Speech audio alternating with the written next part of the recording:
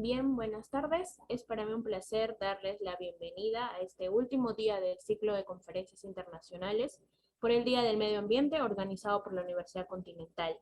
Esta tarde tendremos dos conferencias sobre la recuperación de pasivos ambientales mineros, experiencias de Alemania, y la restauración de ecosistemas en la actividad minera, soluciones basadas en la naturaleza. Para dar inicio a este último día del ciclo de conferencias, recibiremos a la doctora Elizabeth Oré Núñez, quien es la directora de la Escuela Académica Profesional de Ingeniería Ambiental de la Universidad Continental. Adelante, doctora Elizabeth. Gracias, Karen, y gracias a todos los que nos acompañen. Buenas tardes. Bienvenido, Ajim. Muy feliz de que estés con nosotros esta tarde y también a todos los que nos acompañan, de hecho que nos han venido acompañando en todo este ciclo de conferencias, una semana en la que hemos estado actualizándonos y poniéndonos un poco a la vanguardia de muchas tendencias que se van dando en el campo ambiental. Para mí es un honor que estés hoy con nosotros, Ajim, ya como para cerrar la jornada de la semana y que puedas compartir sobre un tema que también es bastante relevante en nuestro medio, que tiene que ver con los pasivos ambientales. Y claro, siempre nosotros tenemos que ver los ejemplos de experiencias exitosas como para poder adoptar lo que sea de pronto más actual, pero que también podamos adaptarlo a nuestro medio. Por eso es buenísimo que hoy estés con nosotros.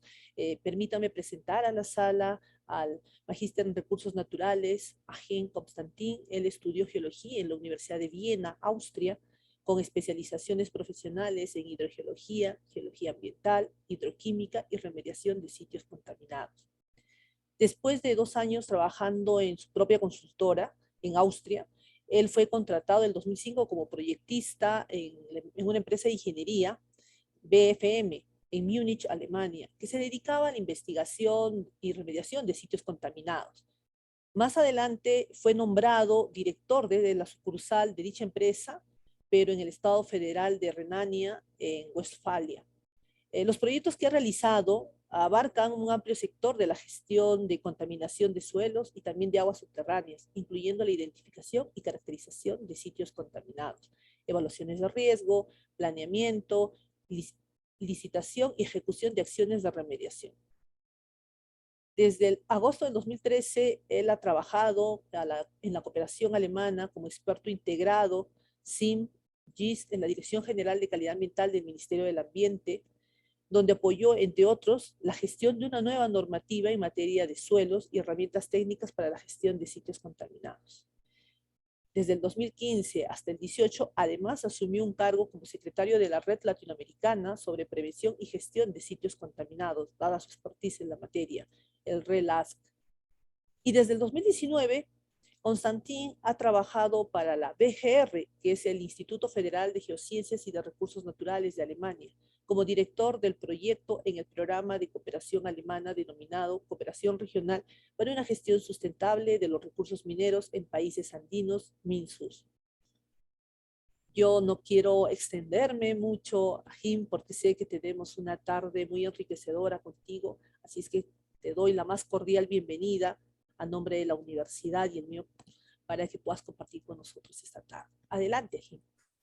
Perfecto, Elizabeth. Muchas gracias por la perfecta introducción. No tengo que añadir nada. Quizás solamente para que entiendan, la BGR, la institución para la que yo trabajo, es el Servicio Geológico de Alemania. Entonces somos como el homólogo alemán del INGIMET en el Perú, ¿no? Y en los próximos, creo que 30 minutos, 40 minutos, les voy a presentar algunas experiencias de mi país, ¿no?, de Alemania, sobre cómo nosotros hemos gestionado pasivos ambientales mineros y voy a comenzar con algunos conceptos básicos sobre la gestión de pasivos ambientales mineros y la gran parte de la presentación van a ser casos reales, ¿no?, de proyectos de remediación, de rehabilitación de pasivos en Alemania. Bueno, la primera pregunta es ¿por qué tenemos pasivos ambientales, ¿no?, mineros o también de otros sectores? Y muy en general, se podría decir que es un producto de un desarrollo industrial ambientalmente inadecuado. Esos son procesos que todavía vemos en la actualidad, entonces todavía se están generando pasivos ambientales mineros, pero los esfuerzos, tanto tecnológico, pero también regulatorio, debería ser que en el futuro evitamos que se generen nuevos pasivos. Entonces, una adecuada operación de una mina bajo altos estándares ambientales, un cierre efectivo de las minas, todo eso aspira a evitar que en el futuro se generen nuevos pasivos.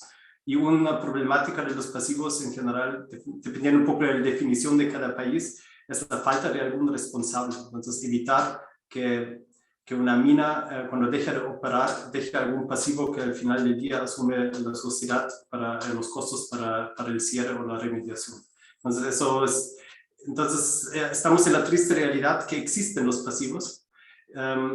Y la idea es que, o la visión es que en algún momento tengamos una economía tan sostenible ambientalmente que ya no se van a generar. Por el momento todavía los tenemos y nos preocupan, no todos obviamente, pero los pasivos ambientales mineros pueden representar un riesgo tanto para la salud de las personas, pero también para el medio ambiente y también otros, podría ser, bienes a proteger, como la propiedad o también simplemente la paisajística de una región. Entonces, el concepto de riesgo es algo muy clave y solamente me quiero enfocar ahora al concepto del riesgo en combinación con una contaminación ambiental, que podría ser una contaminación en el suelo, el agua o el aire, porque la presencia de la contaminación en sí aún no es un problema para el cielo así. Más bien, una contaminación, cuando entra en contacto con un receptor o un bien a proteger, podría generar una situación de riesgo. Y para eso también debe existir alguna vía o de exposición o ruta de exposición para que el contaminante entre en contacto con el receptor. Y solamente si estos tres, digamos, elementos existen y se traslapan, existe una situación de riesgo. Y eso es lo que queremos eliminar. Y eso también nos da algunas ya, posibilidades cómo solucionar el problema de una contaminación ambiental, porque uno podría ser eliminar la contaminación en sí. Eso es algo que se hace, por ejemplo, cuando se remedia un suelo y se excava el suelo contaminado. También, pero en el sector minero muchas veces vemos que se confina, por ejemplo, una relavera.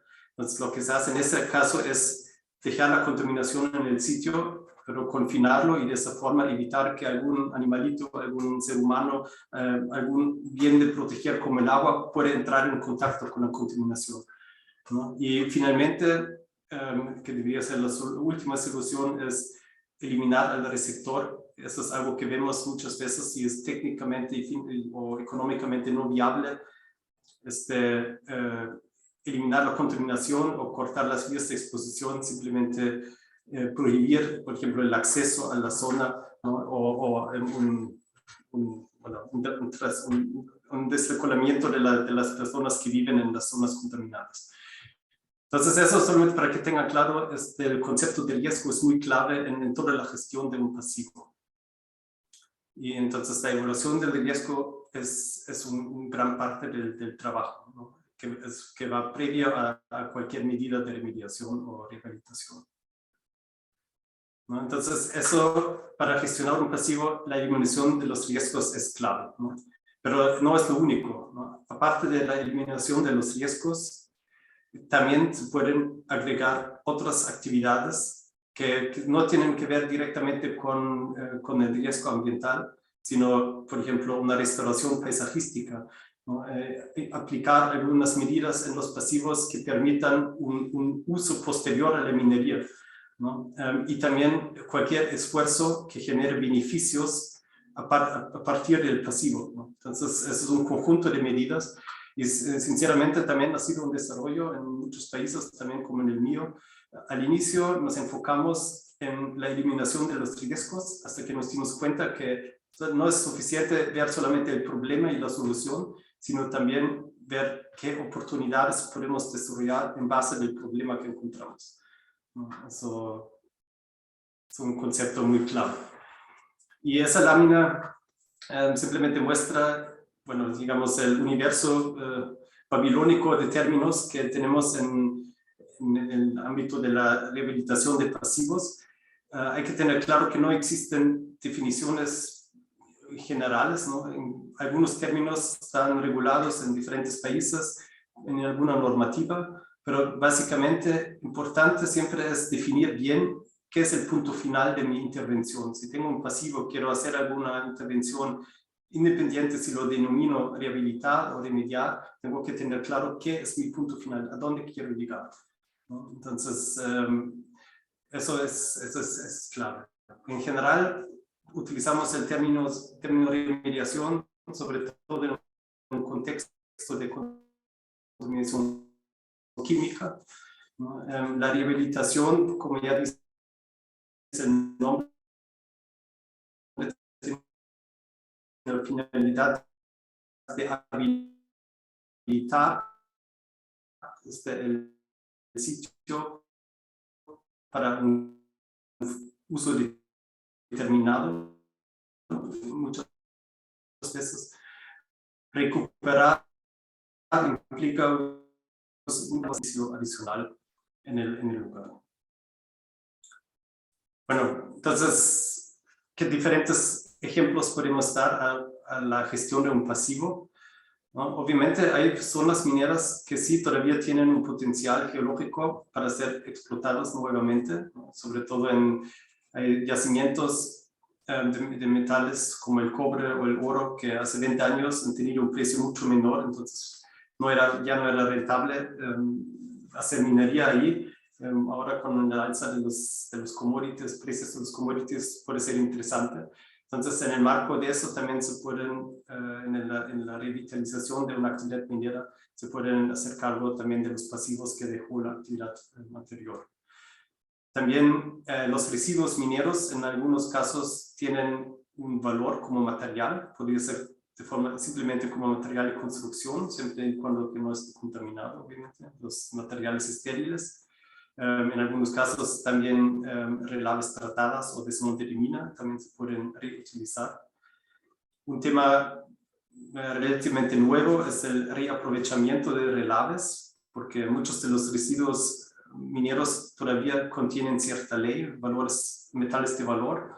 En algunos casos los metales principales que han sido objeto de la explotación, como el cobre, el oro, pero también pueden ser otros metales que hace 20 años no tenían un gran interés económico, como el cobalto o las tierras raras, que en algunos relaves están presentes.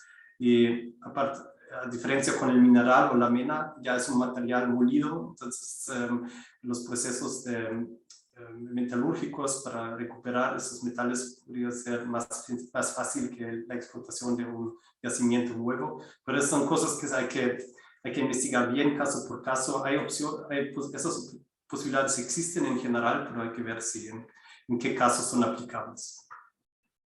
En términos más generales, se puede dar obviamente un sitio minero, también un post-uso no minero. Eso depende obviamente mucho de la ubicación y del lugar en sí.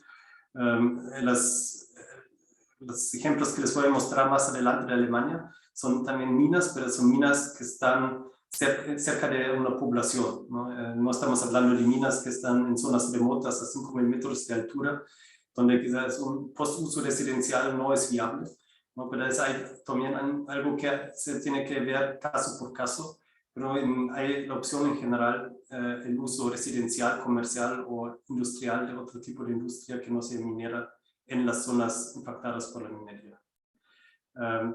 También los usos turísticos, ¿no? Museos de sitio, visitas a la mina, como se intentó hacer en la mina Santa Bárbara en Huancavelica, pero es un proyecto todavía con mucho potencial de mejora.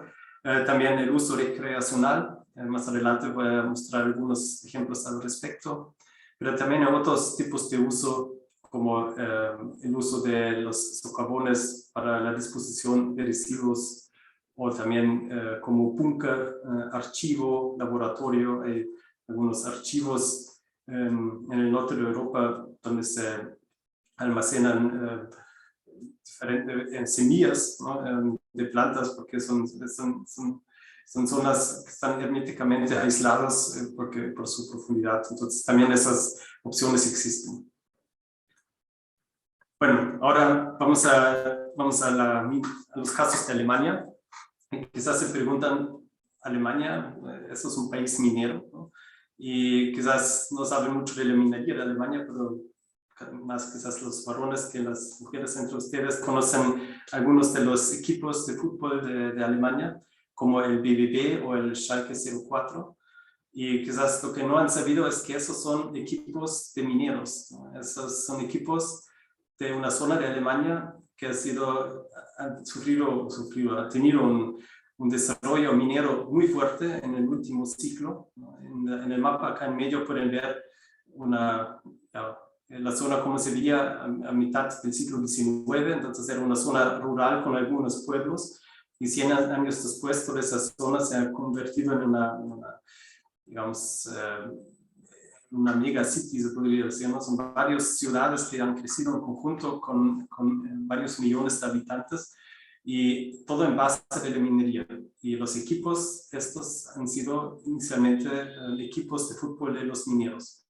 Y hasta hoy en día también se mantiene ese espíritu, ¿no? minero, a pesar de las minas que están en esa zona. Todos se han cerrado, la última mina en el año 2018. Entonces, y en este caso hablamos de minas de carbón, y ese carbón ha sido el combustible literalmente para todo el crecimiento económico de Alemania en los últimos 200 años. Hoy en día, sinceramente, ya no tenemos mucha minería activa, aparte de la explotación de áridos como gravas y arenas. Tenemos todavía algunas minas de gran importancia internacional de sales, diferentes sales, y lignito todavía. Pero lo que exportamos actualmente más es conocimiento, ¿no? Hay muchas empresas, proveedores especializados en temas mineros, y también en Alemania todavía existen algunas universidades muy especializadas en conocimientos mineros, entonces también es un conocimiento que se exporta, a pesar de que nuestras minas en sí mayormente no tienen un gran interés o una gran importancia internacional. Bueno, entonces vamos al primer caso. El primer caso que les voy a mostrar es la mina de uranio Bismuth, ¿no? Es una mina que ha sido en operación a partir del año 1946 hasta el año 1991.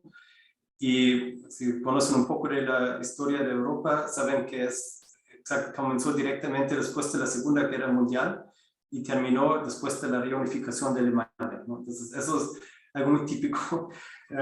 No solamente es que la vida útil de una mina comienza o termina por un tema económico, sino muchas veces también por temas, digamos, de circunstancias políticos. En este caso ha sido una mina operada bajo el liderazgo de la Unión Soviética, porque en la zona donde se encuentra perteneció a la parte socialista de Alemania, la República Democrática de Alemania, y ha sido una mina muy importante para la Unión Soviética, para la explotación de uranio, tanto para energía, pero sobre todo para su uso militar de defensa, para la construcción de bombas nucleares, obviamente. Y la mina ha sido una de las más importantes en su tiempo a nivel mundial para la explotación de uranio, y en total se han producido 230.000 toneladas, que es bastante. Después de la reunificación de Alemania, se celebró un trato entre la República Federal de Alemania y la Unión Soviética, y se cesaron las operaciones, y a partir del año 92 la República Federal de Alemania es tanto el dueño de esas minas y toda su infraestructura, pero también es el responsable para la remediación de los pasivos que dejó esa actividad. Para eso se creó una empresa estatal que se llama Bismuth, que tiene algunos elementos que son parecidos a lo que en Perú existe con activos mineros, ¿no? Y ellos tienen el mandato de remediar los pasivos de la Bismuth. Todas las empresas auxiliares y de suministro de esa industria, porque no estamos hablando solamente de una mina, estamos hablando de diferentes minas y mucha infraestructura asociada a los procesos de beneficio del uranio. Todas esas han sido encendidas y privatizadas hasta el año 95. Entonces el Estado se quedó básicamente con los pasivos. Estamos hablando de una zona bien grande, por su impacto, 37 kilómetros cuadrados. Y como mencioné, han sido varias minas, en total 7, ¿no? Tanto de subterráneos como de tapos abiertos y tapos muy grandes. Estamos hablando de 84 millones de metros cúbicos, varias plantas de beneficio. Las actividades del cierre y la remediación incluyeron la demolición de mucha infraestructura, el confinamiento de 160 millones de metros cúbicos de relaves y un montón de aguas contaminadas que requieren hasta hoy en día un tratamiento, ¿no? Y ni hablar de los residuos sólidos y suelos contaminados que se generaron durante ese proceso. También el tema social fue un tema muy importante. Cuando cerró la mina, trabajaron casi 40.000 personas en la mina y las instalaciones alrededor. Entonces, también fue un gran desafío lograr o crear instrumentos, ¿no? Para que esa gente que pierden básicamente de un día al otro su trabajo tengan alternativas o que tengan también un apoyo por parte del Estado para que ese cierre no sea tan dramático para ellos. Entonces, y las obras de remediación comenzaron básicamente al principio de los 90, pero todavía no hemos terminado, ¿no? A veces creo que también es importante tener en cuenta si se trata de proyectos de remediación complejos, grandes, eso no es un trabajo para un año o un par de años, eso puede demorar mucho tiempo. En el caso del abismo, el cierre está previsto, de las actividades está previsto para el año 2045, pero eso no significa que ahí termina todo. Todavía van a haber medidas de post-cierre como el tratamiento de aguas contaminadas. Y solamente para que tengan una idea cuánto han sido los costos hasta ahora, estamos hablando de más de 6.000 millones de euros de costos de remediación, y los costos corrientes como para el tratamiento de las aguas contaminadas asciende más o menos 200 millones al año, y esos son costos que llamamos pasivos eternos, porque suponemos que el tratamiento de las aguas contaminadas es algo que vamos a tener que por mucho tiempo más, ¿no? Entonces los costos que se van a generar para las próximas generaciones van a ser todavía altos también. Bueno, ya hablé un poco sobre la teoría y el trasfondo, y ahora les quiero mostrar algunas fotos. La foto acá a la izquierda es un relave, un depósito de relaves, Kolmich, todavía en operación en el año 91, y después en la imagen al lado derecho pueden ver el mismo sitio, pero ya en proceso de cierre, ¿no? Todavía falta la recultivación, ¿no? Poner una capa vegetal, pero ya está todo, ya se ha drenado el agua, ya se ha estabilizado el suelo, ya se ha llenado la laguna, ¿no? Y ya se está convirtiendo la zona en un parque, ¿no? Para la recreación de la población. Como pueden ver acá alrededor hay muchos pueblos, ¿no?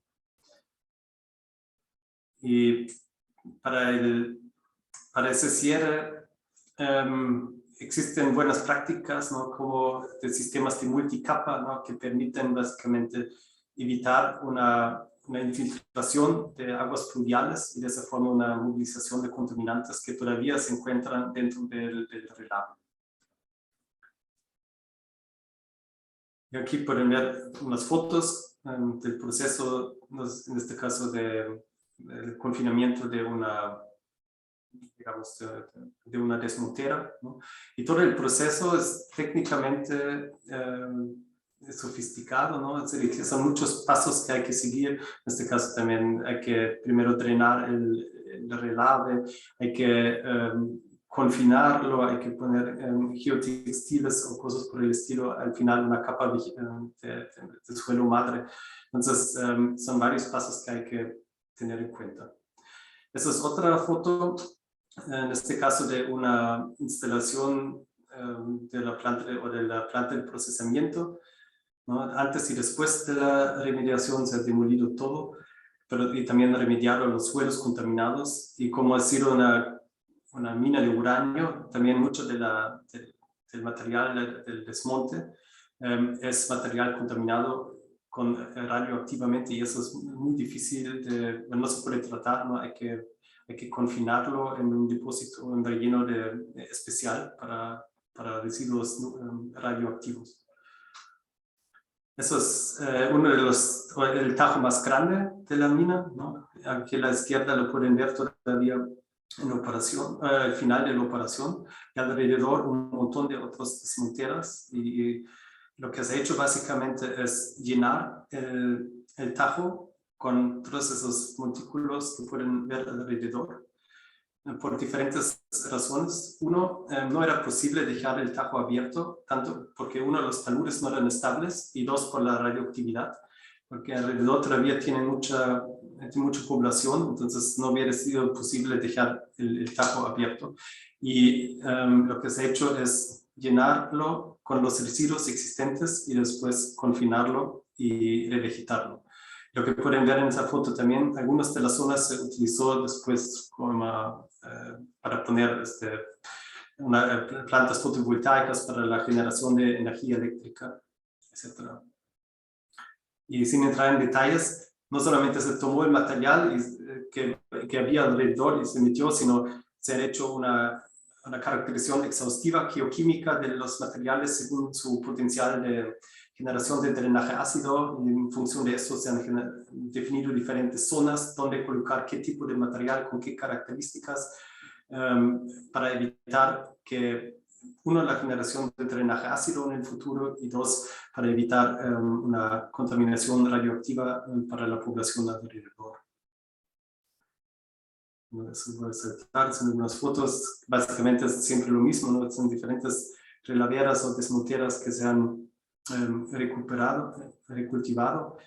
También aquí pueden ver una planta de tratamiento de agua, las aguas contaminadas, que también genera lodos, ¿no? Y los lodos también todavía contienen contaminantes, por eso también se construye en este caso una celda especialmente para la disposición de esos lodos, que no son muy altamente contaminados, pero todavía no se puede dejar así al aire libre.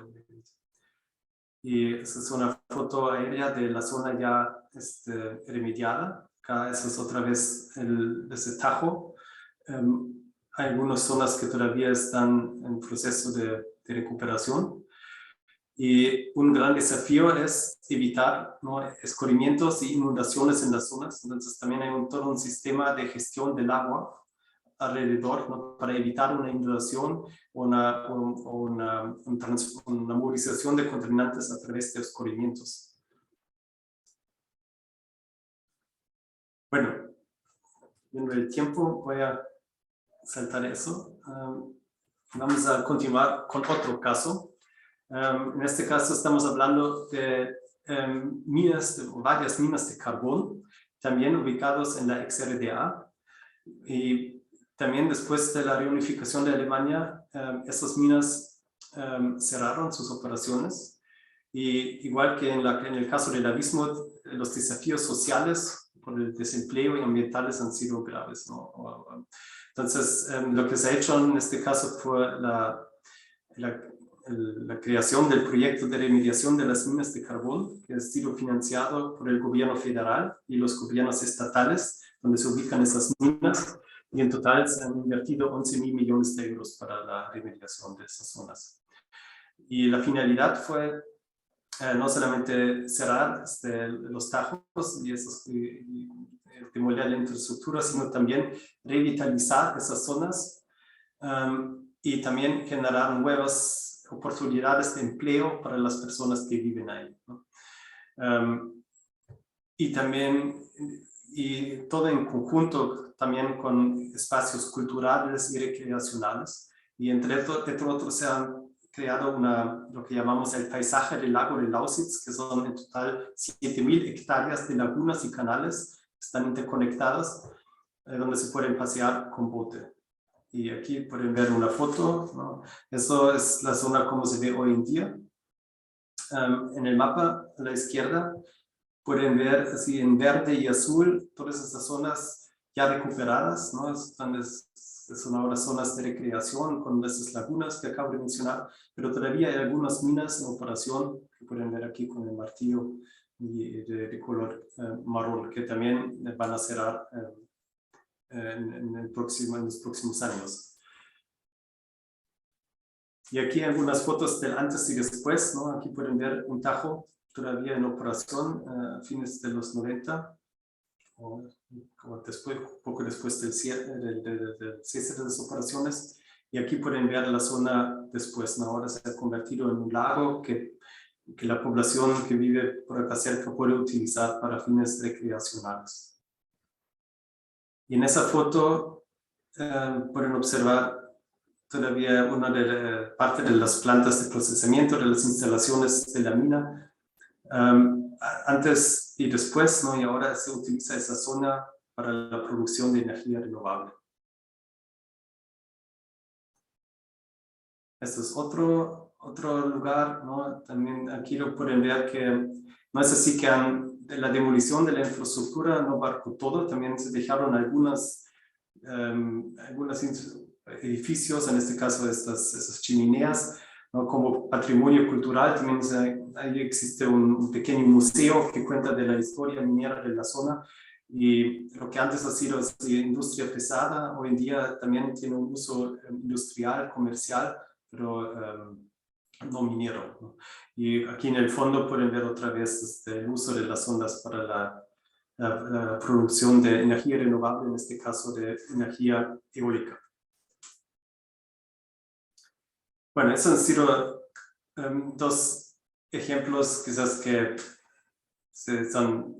uno ocurre fácilmente, pero también tenemos algunos usos de minas en Alemania, postmineros, que quizás no son tan conocidos, pero son también de gran relevancia. Y uno es el depósito para residuos peligrosos Herfer-Neurohde. Es una antigua mina de sal, en este caso de potasa, de la empresa KIS, que ya lo han escuchado una vez, un gran productor de sales y fertilizantes y cosas por el estilo a nivel mundial. Y todavía tienen minas en operación, pero en este caso esta mina se ha convertido en el vertedero subterráneo más grande del mundo para residuos peligrosos. Ya desde los años 70 se está disponiendo residuos peligrosos en estos socavones. En total ya son más que 3 millones de toneladas. Hasta hay residuos peligrosos de Perú también se depositan ahí. Yo escuché una vez que parte de los residuos de mercurio que genera Yanacocha también se exporta a Alemania y se dispone en ese depósito, porque en Perú no existe un relleno sanitario para residuos altamente peligrosos. Entonces ahí en Herfer-Neurohde se depositan los residuos más tóxicos, ¿no? Las sustancias más tóxicas que se conocen al mundo son las dioxinas y furanos, pero también mercurio, arsénico, cianuro son sustancias que podemos disponer ahí de forma segura. Entonces no solamente son residuos nacionales, sino también importados que se eliminan ahí. ¿Por qué? Porque ahí, bueno, es una mina de sal, entonces todo el ambiente alrededor también todavía son yacimientos de sales y arcillas, ¿no? Y como es sal, se espera que son zonas que en los últimos millones de años nunca han tenido contacto con agua, porque si no la sal sería sobrevivido. Entonces, y arriba hay una capa gruesa de arcilla, entonces que evita el acceso de aguas subterráneas, entonces se considera un ambiente geológico favorable para la disposición de residuos peligrosos. También los estándares que se aplican son muy altos, ¿no? Es todo un sistema de cómo registrar, cómo también estabilizar los residuos y cómo disponerlos. Por ejemplo, acá pueden ver que se disponen también en barriles, ¿no? Entonces son altos estándares, pero obviamente la pregunta es si eso realmente es un ambiente geológicamente estable para siempre. Y con eso quiero dejar mi presentación. Gracias.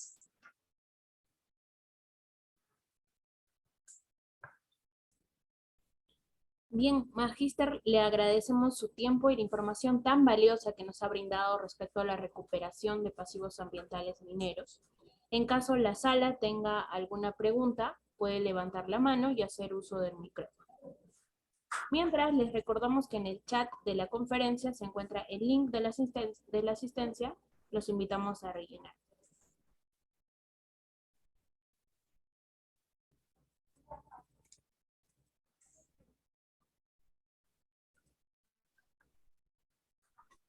Bien, tenemos una pregunta del doctor Vladimir Cornejo. Adelante, doctor. Ok, gracias. Achim, buenas tardes, buenas noches, ya seguramente en Alemania. Gracias por la participación, muy buena la información. Yo quisiera hacer una consulta, más que nada una pregunta con respecto a lo que es la parte minera. Bueno, en cuanto, por ejemplo, la información que nosotros tenemos con respecto a lo que es Europa, a la Unión Europea, con respecto a la parte energética, ¿no? Sabemos de que pues Alemania es el eje económico de toda la Unión Europea y con ello también, por ejemplo, tenemos, bueno, se maneja esta información aquí de que después del año 2011, que ocurrió el problema en Japón de Fukushima, justamente creo que en ese tiempo estaba la canciller Angela Merkel, quien empezó después de ese mal ejemplo que hubo, empezaron a cerrar las plantas de generación de energía eléctrica por nuclear, ¿no? A través del uranio. Sí. Y empezaron a apostar más por la energía verde. Pero actualmente creo que hay un problema bastante fuerte en la Unión Europea y eso creo que viene desde el año 2019, 2020, que actualmente se agravó más en la parte energética. Y justo quisiera preguntar, con este agravamiento de la parte económica, energética, porque no dio el resultado esperado, también las energías verdes que esperaban, las plantas de carbón, las plantas nucleares de uranio que han sido cerradas, ¿no? Hay la posibilidad de que se vuelvan a abrir, es más, y si se vuelven a reabrir algunas de ellas en las zonas o en los suelos que ya han sido remediados, ¿es posible reabrirlos ahí o es necesario buscar nuevas zonas? Bueno, es una pregunta que va un poco más allá de la presentación, pero sí, igual te lo puedo responder. Sí, es cierto, ¿no? Después de Fukushima, la canciller Angela Merkel decidió cerrar gradualmente todas las plantas nucleares que eran en ese momento 23, ¿no? Gradualmente, y ahora todavía son creo que 3 en funcionamiento que también van a dejar de funcionar, creo que el próximo año, es muy cercano, ¿no? La discusión sobre si es posible reabrir los que se han cerrado es imposible porque muchos ya se han demolido o están en proceso de demolición.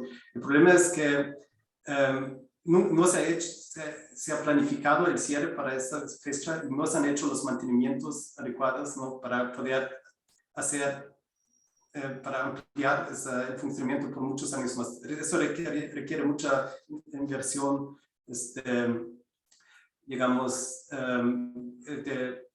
para poder permitir que funcionen un par de años más. El otro problema que tenemos es que no tenemos personal, porque todos los especialistas no se han educado, no se han formado profesionales para que tengan la capacidad de operar una planta nuclear, porque eso es algo súper complejo y la generación que